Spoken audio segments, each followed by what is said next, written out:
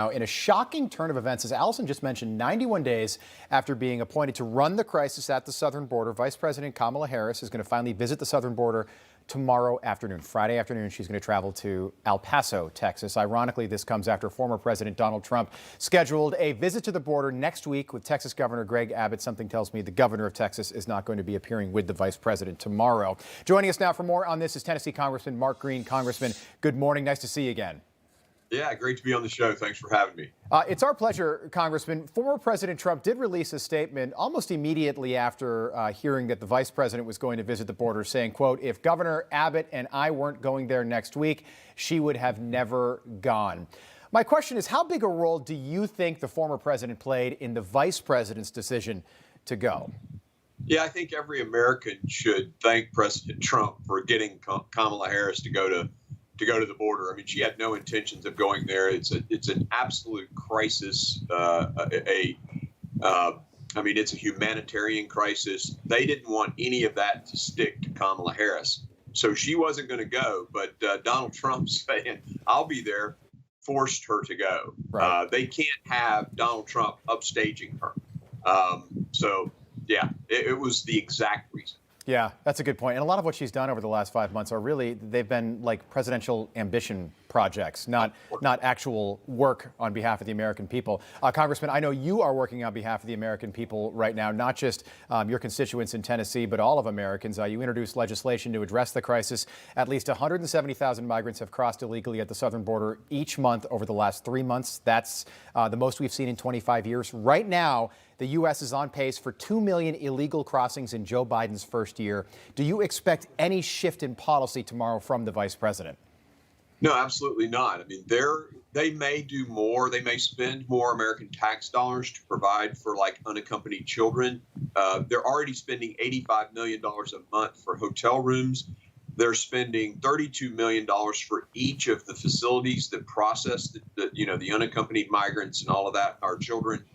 That's all they're going to do is just spend more taxpayer dollars to make the process of people coming into the United States easier.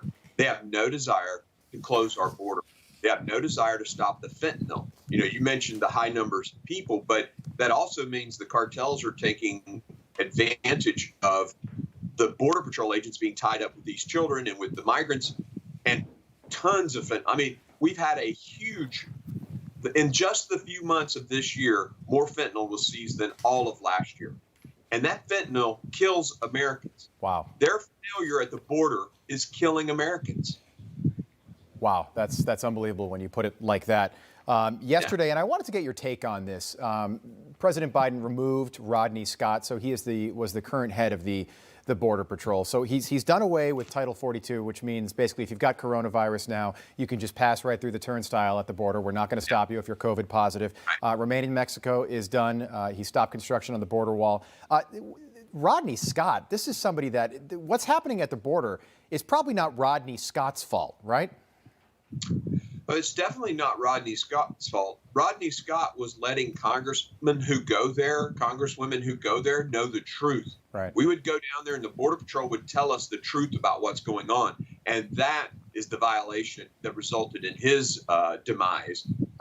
They want an open border and they don't want people knowing about what's going on. Congressman, just quick final question. Do you think that had the vice president visited the border, say she was appointed on March 24th to be the border czar, if she went there on March 25th, would we be talking about her visiting the border right now? Oh, of course not. I hope that she goes to the facility where I was when I visited just weeks ago, where 600 plus young girls are crammed into a room for 33. This incentive that they've created to have people from all of Latin America come pouring into our border has to go away. Right. And you listed the list of those. I mean, I hope her heart is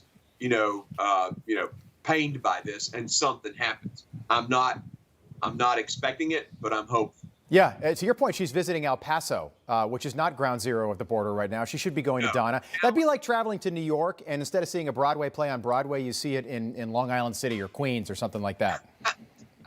Yeah, no, that's exactly right. El Paso is, I mean, the crossing points in El Paso, because there's so much wall there. Right. I mean, it's very easy, very contained. If you go to McAllen, Texas, and go to the border there, it is a free-for-all circus. Yeah. Congressman, so nice to see you. Congressman Mark Green joining us from the state of Tennessee. We appreciate it. Our pleasure. Come back and see us soon. Hey, I'm Rob Finnerty. Thanks for watching. If you enjoyed this video, please join the conversation in the comments below. Don't forget to subscribe, too. Hit the bell icon to be alerted to breaking news. And remember, there's a whole lot more on Newsmax TV, America's fastest growing cable news network. Newsmax TV, we're real news for real people.